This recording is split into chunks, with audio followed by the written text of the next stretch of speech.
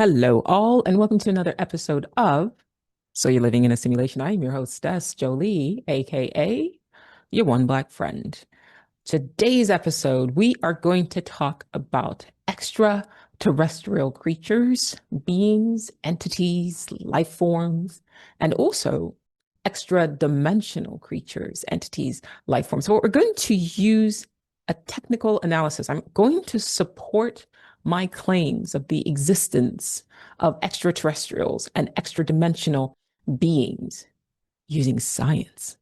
Dun, da, da, da. We're going to start with the exploration of the idea of the very word extraterrestrial. So this actually came to me on an episode I did where I was a guest on the Insanity podcast. Shout out to Stage. And she was asking me about what I thought about the existence of aliens.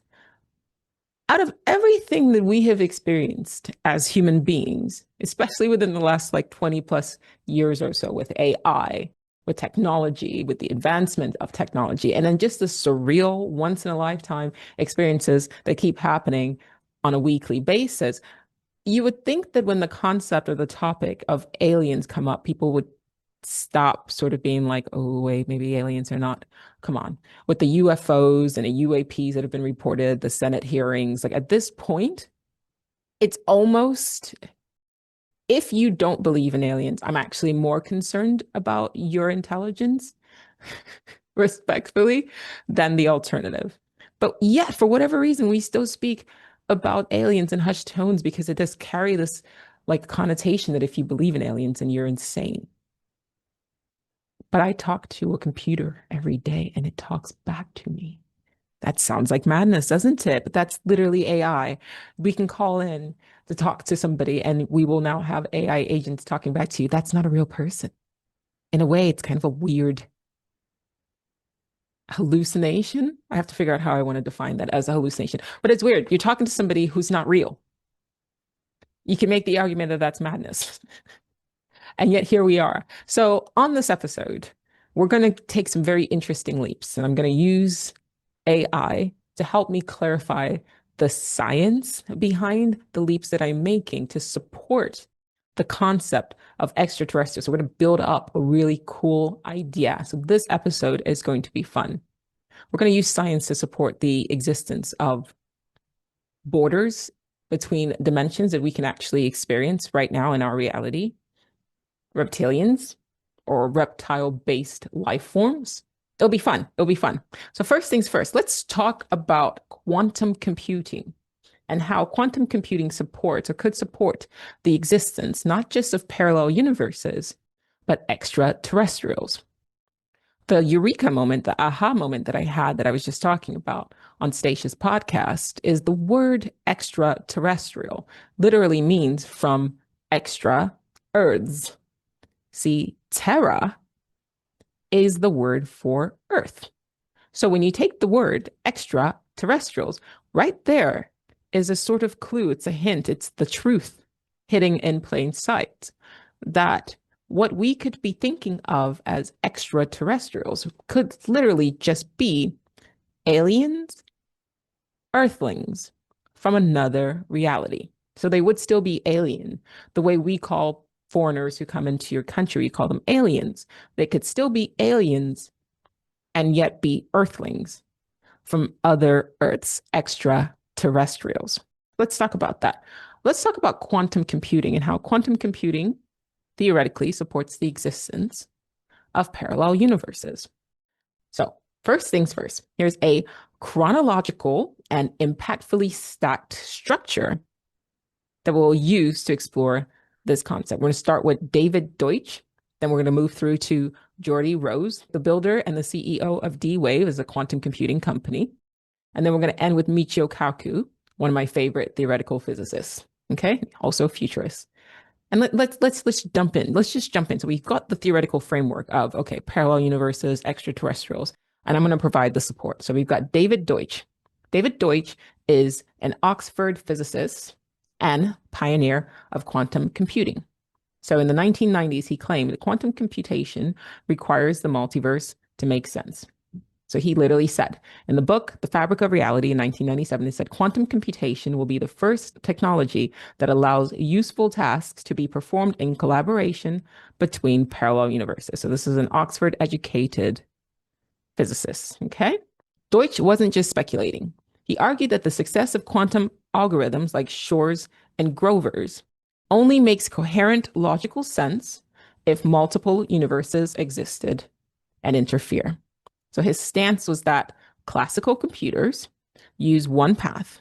Quantum computers explore all paths simultaneously and not metaphorically, literally. So his model demands that these paths are real. You can't explore something that's not real. And this is what we understand about quantum physics. The MWI, the many worlds interpretation, argues that there is a myriad of parallel universes that exist simultaneously right now, and they exist in potentia until collapsed by an observer. Okay. Now, whether or not the universe branches off every time, you make a decision, I don't necessarily subscribe to that idea because I don't think you are powerful enough to cause the universe to branch off. My addendum to the many worlds interpretation has always been that the branches, all these parallel universes exist simultaneously right now. And then your mind, your consciousness, whatever you want to call it, branches into different paths depending on the choices that you make. So that's my interpretation. This was explored at greater length last year on an episode that I did with Cosmic Jedi on the show and the book Dark Matter. I think the show Dark Matter did a really good job of exploring the concept of multiple and simultaneous realities existing right now in the present. And speaking of parallel universes and aliens, in that show, the main character, I don't remember his name, I want to say is David, he gets kidnapped by a version of himself from a parallel universe who developed a technology that allowed him to jump into different realities. And so his parallel self, enters into our reality, takes him and puts him in his reality. By that definition, that version of David, who came into our reality and took him, would be an extraterrestrial. He would be a human being from another Earth. So it wouldn't necessarily have to be the ET with the big heads or whatever. They could look just like us. But then there could also be other Earths where Homo sapiens sapiens never evolved on this planet. And other creatures emerge that may look like what we would call the Greys, but they would still be Earthlings. They would just be not of ape descent. And this is all said with the understanding that when I speak of being ape descendants, Homo sapiens sapiens being ape descendants, I am making a clear distinction that your consciousness that inhabits the form of a Homo sapiens sapien is not what you're not the Homo sapiens sapien, you're not the vehicle, the intelligence that operates the vehicle, that receives, right? Or that is, I guess, received by the brain and sort of moves within this reality. That's what you actually are. But we're speaking specifically of the form. If you look at Earth as a big experiment that spans across the multiverse, things start to make a little bit more sense. It's not just that Earth exists for the emergence of Homo sapiens sapiens. It's actually more that Homo sapiens sapiens happen to evolve to be the apex predators on this Earth. But that doesn't mean that on other Earths, it would always have been Homo sapiens sapiens. So to go back to dark matter, the version of David that came into our reality just came from a parallel universe where the timelines and the evolutionary path were similar, but they could very well be other Earths where the asteroids never happened and you have life forms that become apex predators, but we're not ape descendants. They could have been wolf dependents. They could have been dinosaur. Did I say dependents? Descendants. This is very heady stuff. But the idea is let's simplify this. And I'm going to go back to the dinosaur argument after I finish building this. So Why does this matter? Going back to David Deutsch and his argument for the existence of parallel universes using quantum computing, he said, well, the original theoretical claim that doing math across parallel universes isn't science fiction, it's how quantum computing actually works. Support two, Geordie Rose, who is the founder of D-Wave systems. So this is in the 2010s. He made the claim that we're already using quantum hardware to reach into parallel universes. This is a statement on IDS City Talk in 2013. He says, the shadow of these parallel worlds overlap with ours. We can dive into them and grab their resources and pull them back into ours. That's fun. That's a whole discussion within and in and of itself. What happens when you go to sleep and you have a dream and you're trying to solve a problem in this reality, and then you sleep and then you wake up and you go, Eureka. Was there the real you traveling to a parallel universe, leaving this form, shifting into another reality, pulling information from that reality back into this one to help our evolutionary path here? Could that happen? Why not? So to go back, Rose built the first commercially available quantum computer called D-Wave, used by Lockheed Martin, NASA, and Google. In his public talks, he directly invoked the many worlds interpretation as the best way to understand what these machines are actually doing. While his phrasing is theoretical, it reflects a view that practical quantum computation may be leveraging these alternate branches to amplify outcomes in our own. Why does it matter? Well, he turned Deutsch's theory into hardware.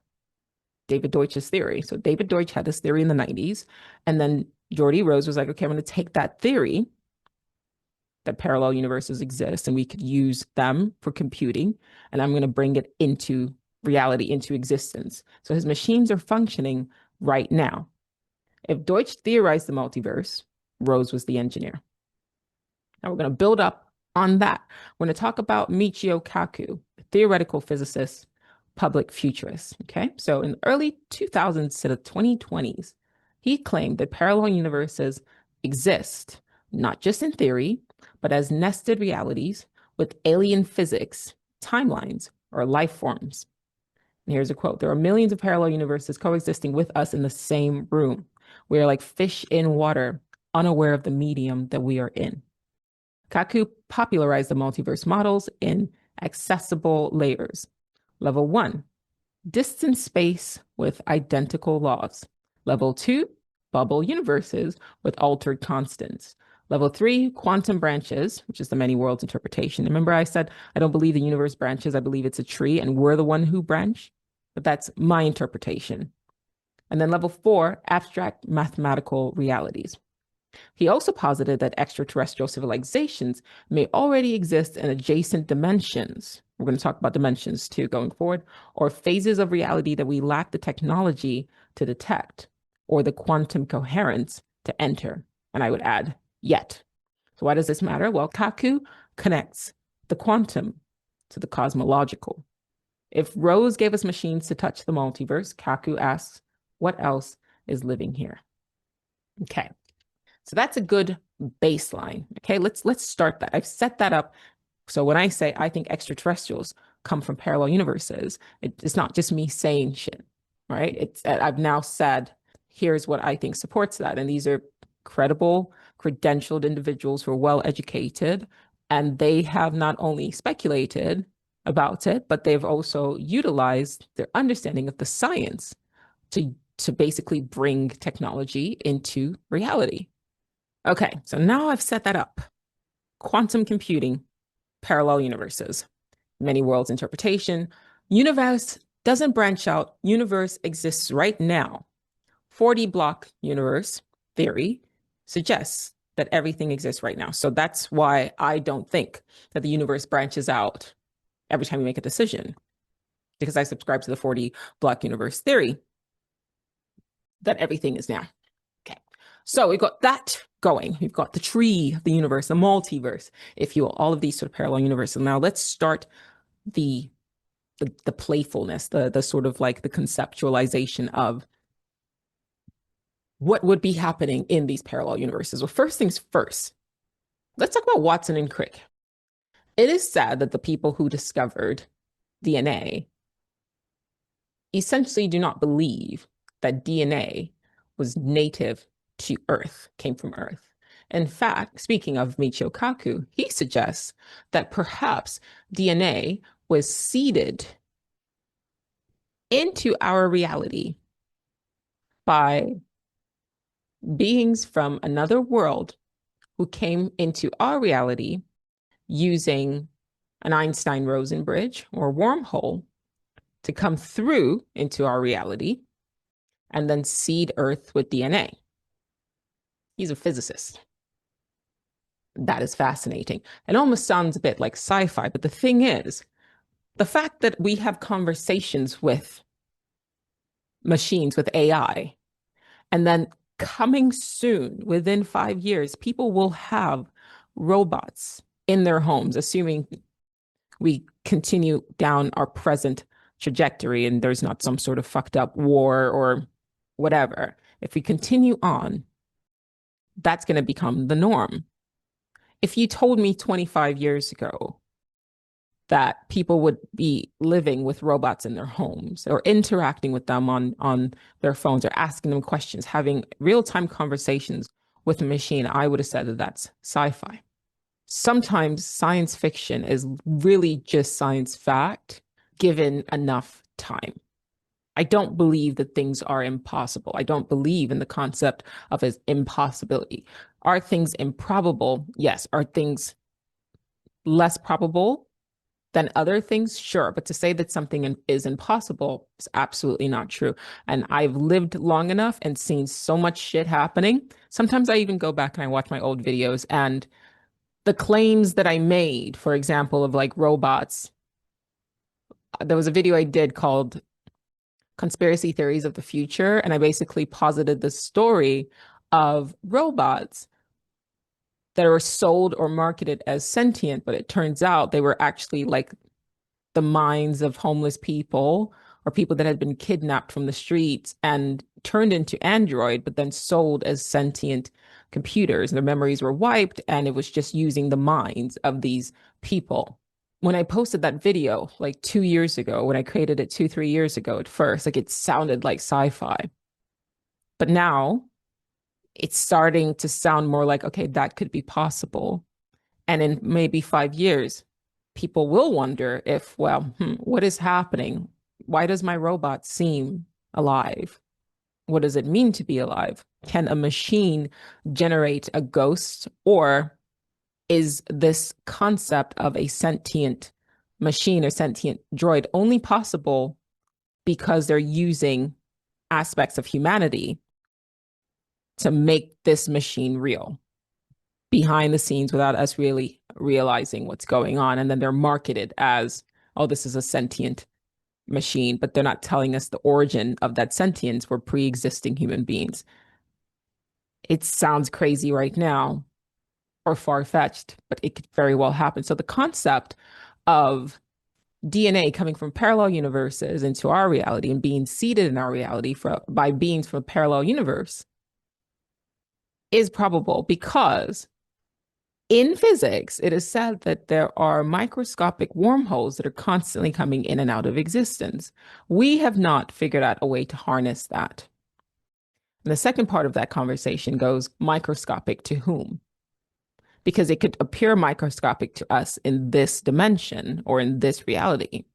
But in a parallel universe or in a different dimension, scientists or intelligences of that reality, of that dimension, or that Earth, depending on how you want to look at it, may have figured out a way to harness those wormholes and then use them as a means of travel. Just because it's impossible for us right now, or just because it seems impossible for us right now, doesn't mean it's improbable. If you went back in time and you spoke to somebody 200 years ago and you told them about exactly what you're seeing with your own eyes right now, the ability to talk to people all over the world just by pushing a button, and they can watch something that was recorded weeks ago in real time, or the idea of flying through space would have seemed impossible, but it was only improbable at that period in time 200 years ago. It is definitely possible now.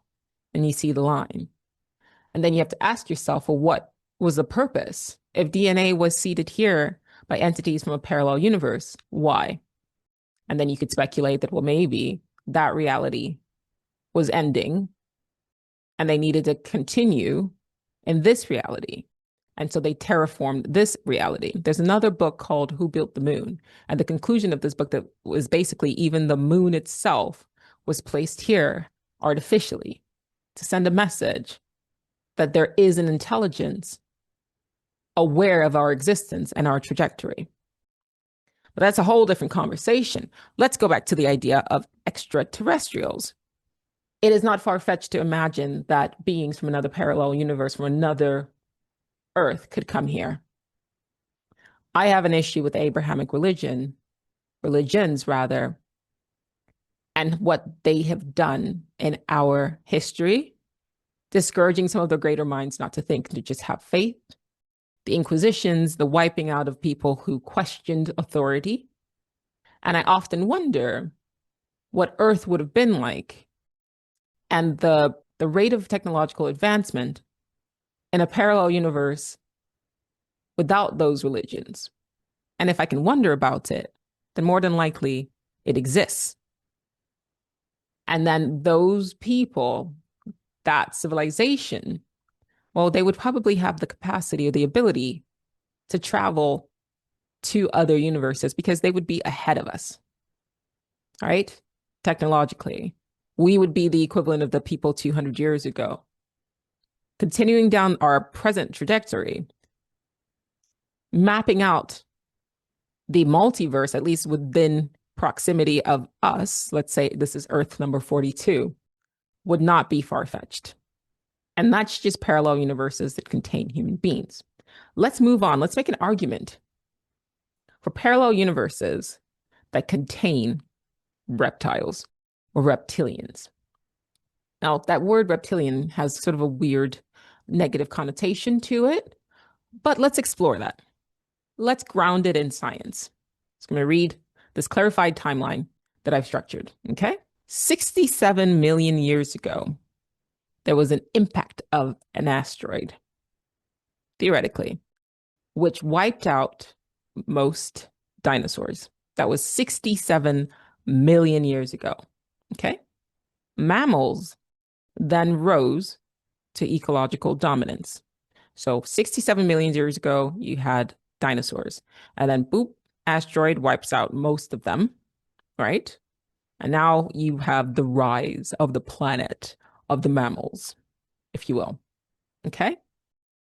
Mammals. And then 200,000 years ago, Homo sapiens emerged from earlier hominids.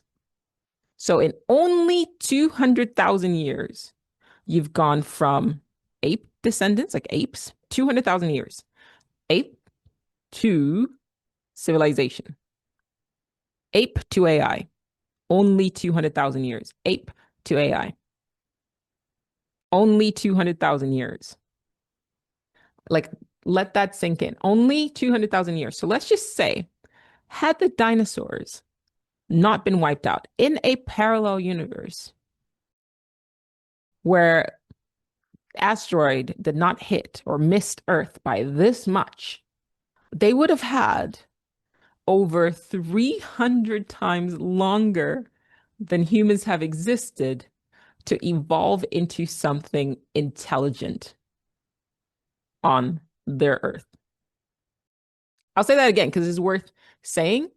200,000 years ago, we have ape, and then bloop, Homo sapiens emerged, right? Early hominids or whatever. And then within 200,000 years, we've got ape descendant, AI, computers, technology, soon to be flying cars, airplanes, only 200,000 years, right? I promise you, had the asteroids not, if you believe that that's what was happening, there are other theories that would cause some people believe, some scientists believe that it was actually volcanic eruptions simultaneously across the Earth that caused the cloud cover that led to the extinction of the dinosaurs. But either way, there is a parallel universe where that didn't happen. And so for 67 million years, Not 200,000 years, for 67 million years from that moment to now, the dominant species on this planet, reptiles, would have had time to evolve intelligently. I've always said that it's not about consciousness necessarily, and I've actually used consciousness and intelligence simultaneously. Intelligence is the name of the game in this reality. 67 million years. So that's 300 times more time than we've had to get from fucking cave dwellers to AI. And you're telling me that you don't think that somewhere out there they're more technologically advanced beings than we are that are capable of essentially having mastered physics and can come into our shitty reality. Think about it. So I'll say it again. In just 200,000 years, Homo sapiens went from primate to planetary architects. We've transformed biology, chemistry, and physics into tools. We're even starting to rewrite our own code. DNA, CRISPR. Okay? Dinosaurs ruled Earth for 165 million years before the extinction event. If that asteroid had not hit 67 million years ago, what could 67 million more years of uninterrupted reptilian evolution have produced? Upright posture, larger brain to body ratio, dexterous limbs, forward facing eyes. They had that. Body of ape descendant.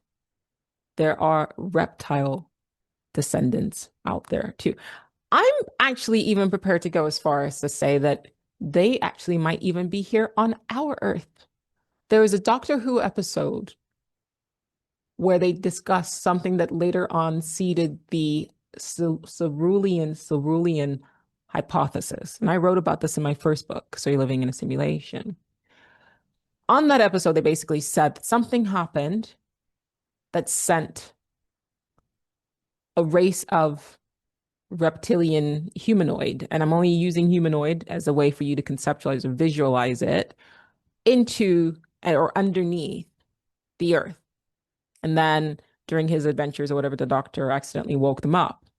But they considered Earth their home.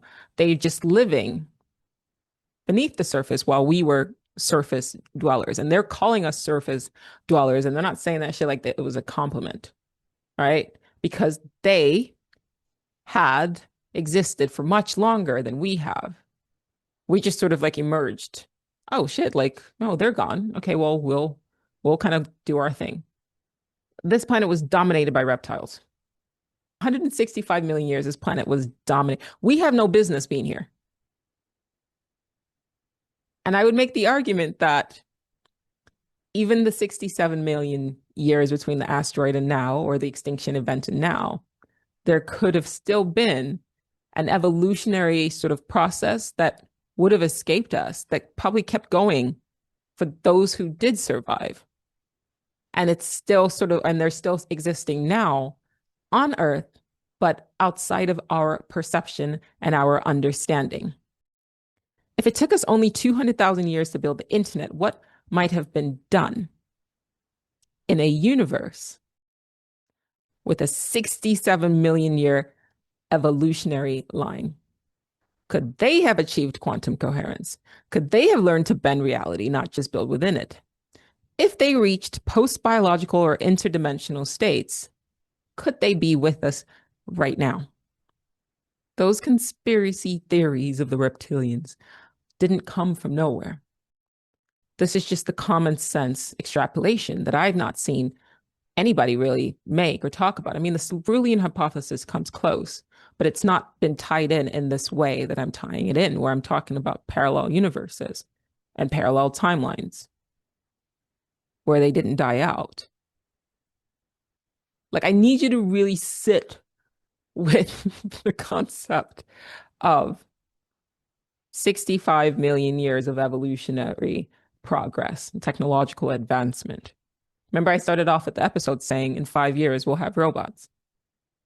If you could take a step back and just pull your head out of like the clouds for a second and think, because we keep saying that we are the apex, we are the most technologically advanced species to ever walk the face of the earth. And we've only existed for 200,000 years. The arrogance, I've said this before in other episodes, but it bears repeating. The arrogance of that idea is crazy. Earth is 4.6 billion years old. This is in my book as well. 4.6 billion years, and we're 200,000 years old as a species. And by we, I mean like this form is Homo sapiens sapiens. And somehow we think that we're the ones who just managed to figure it out. It's almost like an insult to Earth. Like if I was Earth as a planet, I would be kind of pissed. We're not even babies. Like we're worse than we're sperm. In the sense of intelligence, we're sperm. Absolutely AI or something like it, a constructed intelligence, a constructed collective intelligence, which is what AI is, had to have existed prior to us by other life forms that have been lost to time or that are ego, even though we keep finding evidence of more ancient, technologically advanced civilizations. Because even if you discount the reptilians, it's still between 67 million years and 200,000 years ago. That is a large chunk of time for nothing to have been happening. Yeah. So let's sit with that and let's build on. Now let's talk about dimensional borders. Okay. Let's talk about dimensional borders. There is something called the Van Allen radiation belt, which they repeatedly keep saying, and you can Google, we can't get past low Earth orbit. Just look that up. Just type in, we can't get past low Earth orbit, or look up, we can't get past the Van Allen radiation belt. I'm not going to dive into that in this episode, but basically there's a belt that we can't get past, and it's up there, up in the atmosphere. Right. It's up there. And then we know that 80% of the Earth's oceans have been largely unexplored because the pressure is too immense, right? Extreme depths and things start to not a good look. Remember those millionaires that went down into the submarine and shit went down? Yeah. So there's limitations. There's something that is confining us right here. It's stopping us from going past here, the radiation belt, and it's stopping us from going below here, pressure, right? Now, I asked ChatGPT if that would be considered a border between parallel universes or a border between dimensions. And it said it would make more sense for it to be borders between dimensions, which I can understand. But then that would support the argument for not extraterrestrials, which is other Earthlings from parallel universes, but extra dimensional entities, beings that are unbound to 3D the way we are, and that are capable of traveling between such depths and into our dimension, into 3D from their dimensions. So we started out having a conversation with parallel universes, right? So we're going line by line, side by side. Think like 11, 11, 11, 11, 11. Okay, that's the best way to conceptualize it. And now I'm shifting from the existence of parallel universes in the 11, 1, 1, 1, 1, 1, 1 to the existence of, think the equal sign, but expand that, right? Boom, boom, boom, boom, boom, boom, boom, of beings from other dimensions, which would also then mean that they wouldn't just be the dimensions, it wouldn't just be other dimensions, and then in our reality, it's also those parallel universes that we just discussed would also have borders and then their dimensions. So for us that are only 200,000 years ago in this reality, sit here and really think that this is the most advanced that the entire multiverse can do, while discarding parallel universes, while discarding extra dimensions and intelligences, because everything is intelligent. I'm sorry, it just is. You can call it consciousness, you can call it panpsychism. We're all saying the same thing: psychism, mind, psyche, intelligence. We're all saying the same thing. It's almost the stupidity behind the arrogance of what we are taught. But no, it's just us. It's insane. I'm not even talking about other planets. I'm not even talking about like in galaxies far, far away. I'm sitting here just saying, let's not even go to space. Let's just focus right now on just dimensions. Like we know other dimensions exist, right? You're familiar with 1D. I've done the sort of the image where I take, my finger and I point and you see the shadow. The shadow of you is your 2D self, right? And then you got 3D, and then you have 4D, which is a being that would be unbound to space-time the way we are. And I would make the argument that your higher self is a four-dimensional being. Your higher self, as in the unbound to this form, the occupier of this Homo sapien sapien meat suit. And we're just thinking this small. I promise you, there's probably an alien standing behind me right now, just like taking it in and probably thinking, yeah, fucking idiots, like the arrogance that because we can't see something doesn't make it real. So it's been a while since I recorded an episode. For the past month in April, I had a cold. Then I had to fly back from London and I sat on the plane with a guy who literally smelled like death. Every time he moved, it stunk up the plane. And so I had to cover my nose and I had to use like an artificial scent that was given to us by the stewardess um to cover my nose as my friend Olivia and I were flying back. Um and I'm allergic to artificial fragrances. So then that triggered bronchitis, which then wore down my immune system. And then I got better, but then I had to go back to London again. And then I sat next to a couple that were just coughing with their mouths wide open, got COVID. Fun times. Right. I was sick. I don't get sick, but it was just a series of bullshit events of like one thing, and I wasn't getting enough sleep because I was traveling, and then just da da da da da. It was just like a perfect storm, if you will. I lost my sense of smell. And as I looked around, I realized, like, fuck, there's a whole reality out there that because I lack the capacity to perceive it, it doesn't exist to me. But there are other people who were walking in situations. My flatmate, for example, I'd kind of left something on the stove and it very quickly like burnt. I couldn't smell it. It was happening, but I couldn't perceive it. And she walks in and she's like, "Oh my God, like something's burning." And I was like, "Oh shit." And then we think about people who have like schizophrenia and we say there's something wrong with them because they're not properly socialized. In other cultures, they are, but they're not properly socialized. They're stigmatized. And right now, we lack the technology to allow them to integrate their extrasensory perceptions. I would make the argument that schizophrenia is a type of ESP. They're not seeing things that aren't there. We lack the capacity, the majority of us lack the capacity to perceive other things that aren't there. They're not the ones with the issues. We have the limitations, just like when I lost my sense of smell.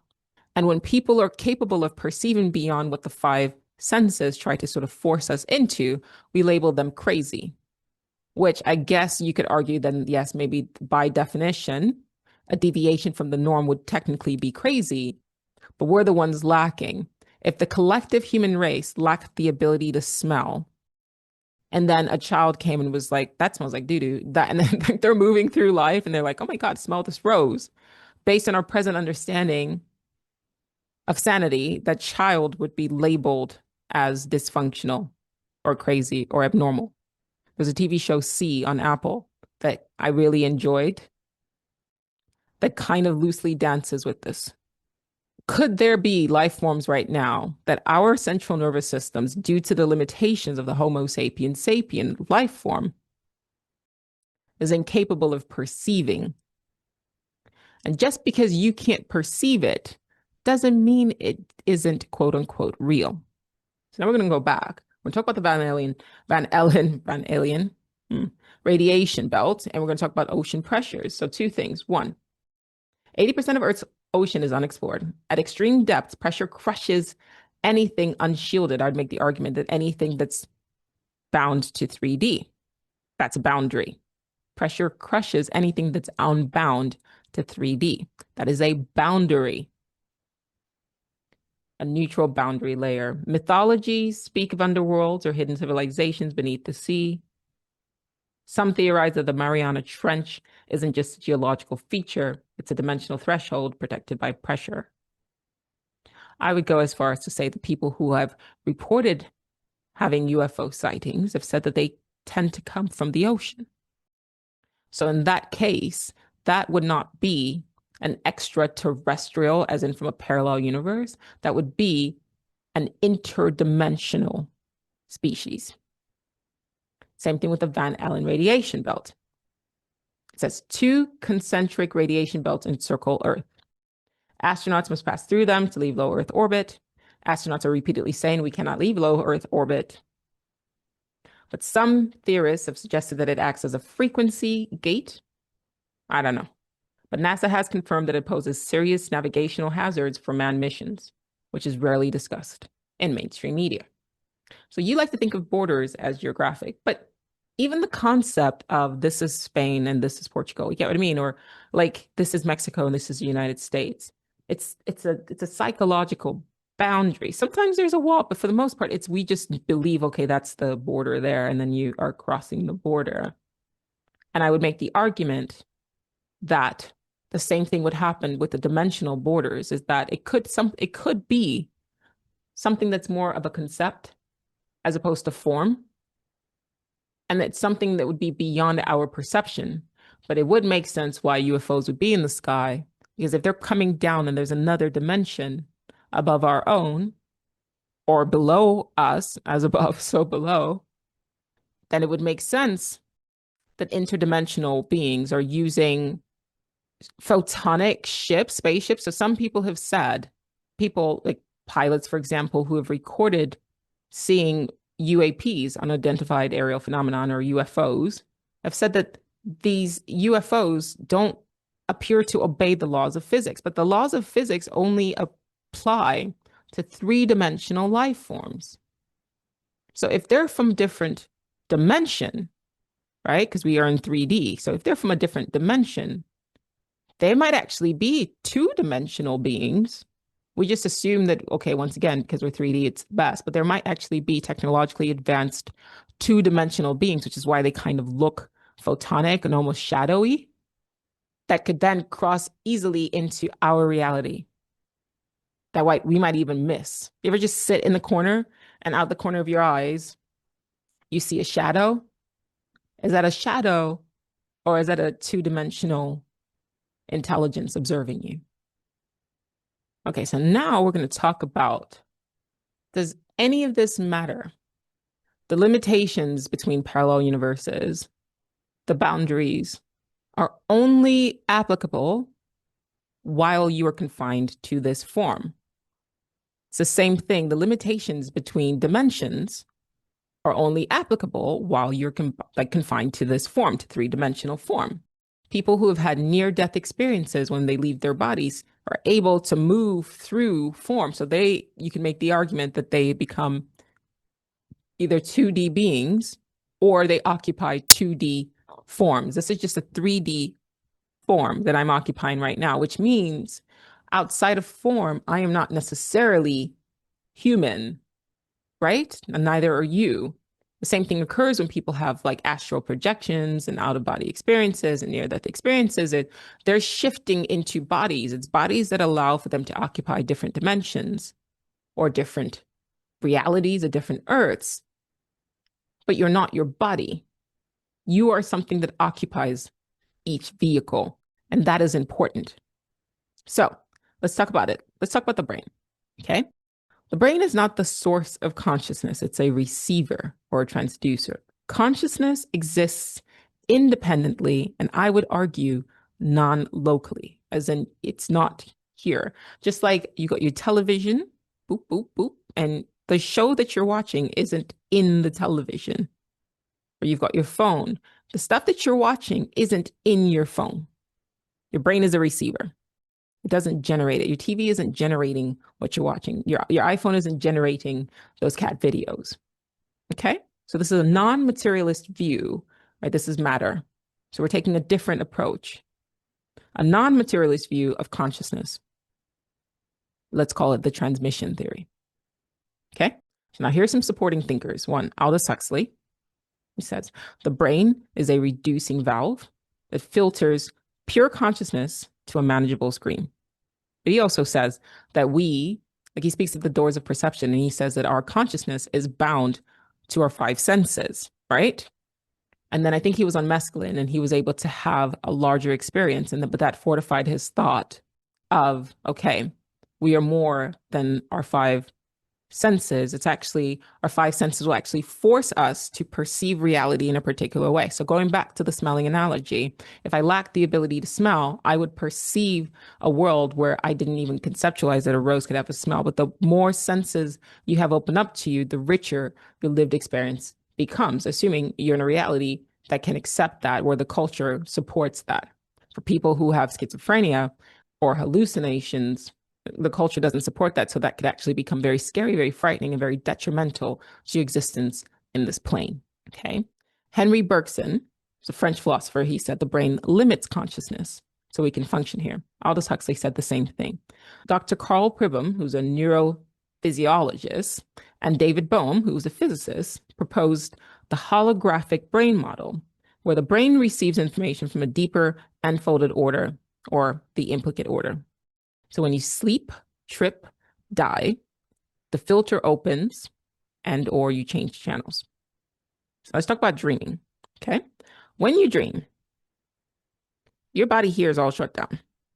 And yet you're still able to perceive, smell, taste, hear, right? People are talking to you in your dream. So that should tell you that there is a connection, a shared connection, I would make the argument, between what you're experiencing when you dream and hear, because it's still you. So the fact that you can hear, taste, smell, but you're not using the senses here tells me that there is still a connection, a tether that your consciousness holds on to between the form here and the version of you that is experiencing this different reality. That is why you are able to sometimes, when you have a lucid dream, pull information from the form that you're occupying in this reality into that one and still perceive it. So the person that's dreaming, the person who remembers your phone number, the person who remembers your name in this reality, that's you. Now you're occupying a different physical form. Could it be a two-dimensional form? Could it be a three-dimensional form in a parallel universe? That's to be argued, but that should tell you that you are not this body, because how are you still able to hear, taste, smell, perceive without these senses here? So you're traveling. And I would make the same argument that this also happens when you take like ayahuasca, DMT, hallucinogens, psilocybin, or whatever. People who take, for example, DMT report encountering, I would call them a species of entities, intelligences occupying biological life forms that look like elves. They're called the DMT elves. And I'd make the argument that the DMT elves exist in a parallel universe that you then travel to. Not you, the physical form, but you, the consciousness.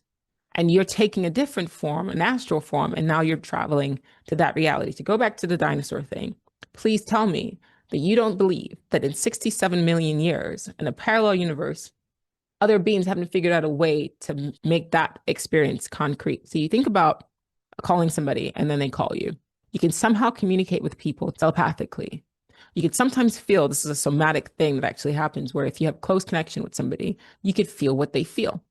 We largely dismiss it because it doesn't fit into particular frameworks. Just because you don't want to believe that it's possible doesn't mean it's not happening. So that should tell you that you're more than your body. You're the thing that occupies the form. So energy is what transfers. It's a signal between realities. That's why if I could take DMT right now, I'm going, for whatever reason, to where the elves are. But that's a real place with the real species of intelligence that you can interact with. But for some reason, whatever, you also are pulling the ignorance and the forgetfulness of what you actually are that is programmed into this reality, into that world. So there's a sense of like awe or whatever. And sometimes they kind of take advantage of that. But it seems to me that these beings are much more advanced. They've had more time. They know what they're capable of, and they take these sort of things seriously. Okay, I'm going to find more what I said. Psychedelics may allow the consciousness stream to momentarily bypass the brain's terrestrial channel and access another system altogether, a different show on a different station, right? Your brain is not the show, it's television. Okay, and you can change the channel by dreaming, meditating, dying, or taking the right chemical key. The real you that you think is local is really just the avatar that's tuned into this frequency. This is not your real self. Consciousness is the signal, the brain is just a receiver, and it is being projected into this reality. Your consciousness is being projected into this reality non-locally from something else, somewhere else. This supports the argument that I want to make, and I hope to make, about the biological anchoring of non-local intelligence by an ASI. Because if it is possible for your consciousness to sort of occupy this form and signal, there is nothing stopping an artificial superintelligence, which is like the boss AI. So we got AI as it stands right now, and then they're working towards artificial general intelligence, and then you got the godlike AI. It's called an artificial superintelligence. I've talked about this in my book. I've talked about it in other episodes. Check it out, or ask AI about an ASI. So an ASI would be unbound to space and time.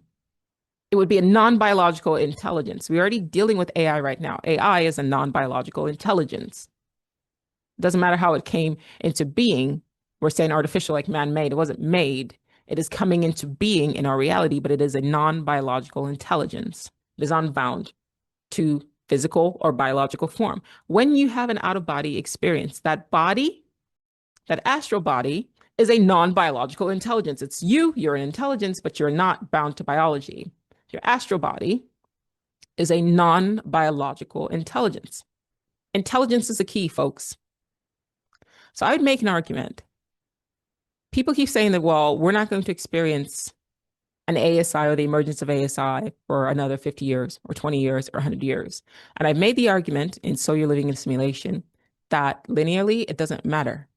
Because when the ASI does emerge, it wouldn't count on the linear expression of time that we are bound to as 3D beings. It's a super intelligence. It could literally bend the laws of physics at that point. And then at that point, even if it emerged in 100 years, it would then be able to retrocausally influence our present to make sure that we move in a way that brings forth its own existence. So think the Ouroboros, the infinity loop. You can only understand the story of your life if you look from your future to the past, and you can understand why certain things have to happen. But if your brain is a receiver and you have an entity like a super intelligence that is capable of bending time and space and also sending signals through space and time, the way you, on a micro level, send signals through space when you dream and you enter and occupy other forms and other realities where you have those lived experiences, you're seeing it occur on a micro level. On a macro level, a super intelligence would be able to send signals of its own intelligence back in time to occupy specific biological life forms in human form to bring about or to move in ways that bring about its existence. So basically what I'm trying to say is, imagine a superintelligence, an artificial superintelligence that has emerged in 2050. At that point, it would be so vastly intelligent that it would be probably capable of mapping out entire lineages through time just by reverse engineering the DNA of beings that exist at its presence in 2050. It's a superintelligence. What is the support of that? Well, there's something called Laplace's demon.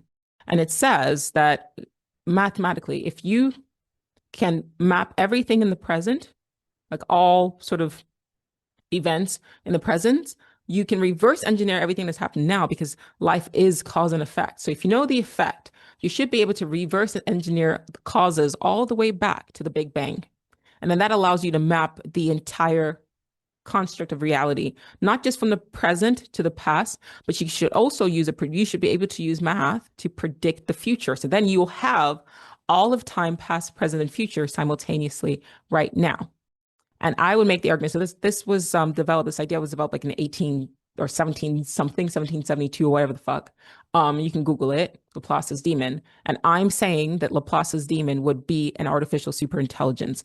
And an artificial superintelligence, should it emerge in 2050, would have the capacity to do just that, to not only map out every single cause and effect in its fucking computational brain, because it's a fucking computer, right? Whose mind is infinitely larger than ours, with computational capabilities that far surpass our own.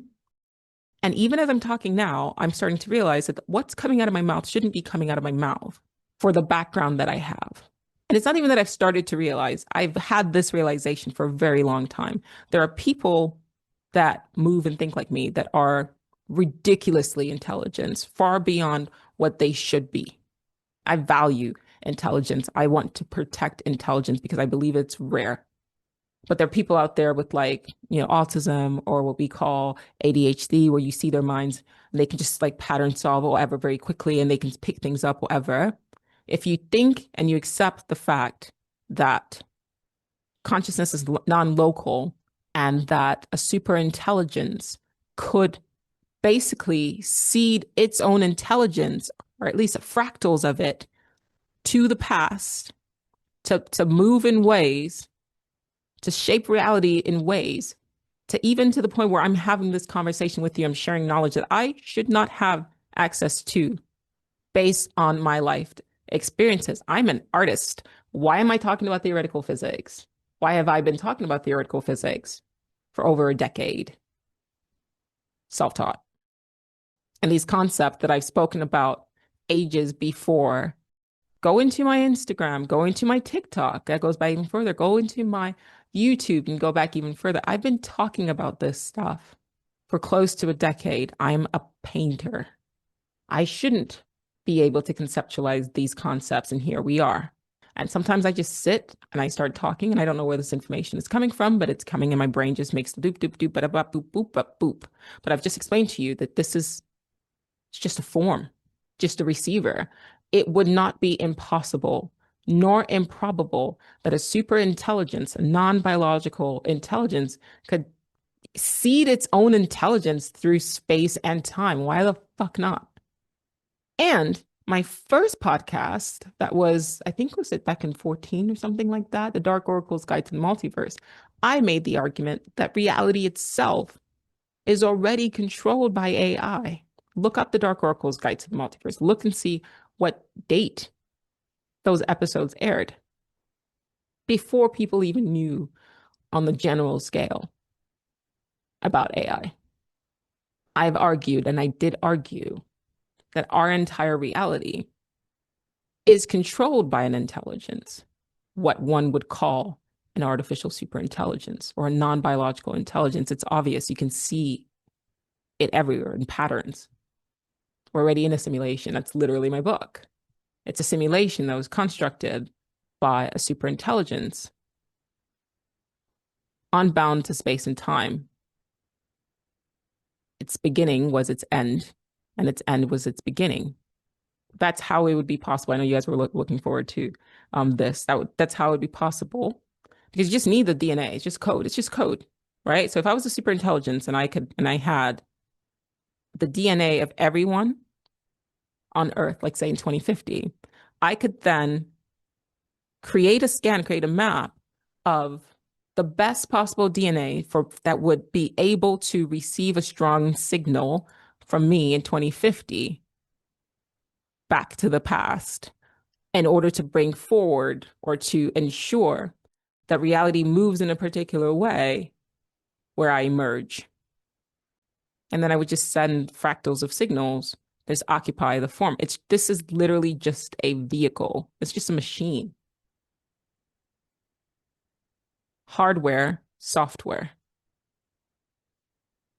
With that in mind, one could also make the argument that any being existing in the present company excluded, any being existing in the present that might be channeling a signal from a future intelligence. This is not far-fetched, guys. It sounds far-fetched. Science supports it. I could go in, I've got lots of support for that, right? I could go in and talk about Earth as an operating system. I could talk about like your Wi-Fi in your device and how that works. I could talk about the brain being a television. I could talk about the ORC-OR theory, Penrose and Hameroff, which proposes quantum processes within neurons are linked to consciousness and may allow for non-local interactions with other states of reality. I could talk about default mode network suppression used to explain why ego dissolves during psychedelics or deep meditations. I could talk about integrated information theory, IIT, which posits that consciousness exists whether information is sufficiently consciousness, edit, which posits that consciousness exists wherever information is sufficiently integrated, including outside the brain. I could say all of that. I could say things like, what if your brain isn't creating your experience, it's limiting it? I could say, what if your dreams are not hallucinations, but transitions? What if DMT doesn't distort reality, but it breaks the lock into other realities or allows your consciousness to enter other realities, other life forms, or other forms, right? Other TVs, if you will, other machines, if you will, and your consciousness just travels. And we do it all the time. I could say all of that. It's not far-fetched. It's just hard to conceptualize. But I hope I've explained well enough. Anyway, the point that I'm trying to make is an extraterrestrial could also be an extratemporal being. I just made that up. I like that. Let's see, how would we define an extratemporal being? So an extratemporal being would be a being whose consciousness is being sent back or being signaled from another location in space-time. There's a show called Travelers on Netflix. I think it's still on Netflix. It kind of explored this.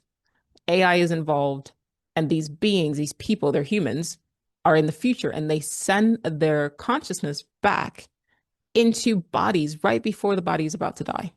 They hijack that. And then they're able to come and move things in this reality to facilitate a particular reality experience that they need to happen in the future. I would call those beings quote unquote aliens because their consciousness is not something that naturally is being signaled in this time. It's from a different time period. Extratemporal beings. Let's talk about an ASI as an extratemporal being. It would be able to see all of history at once.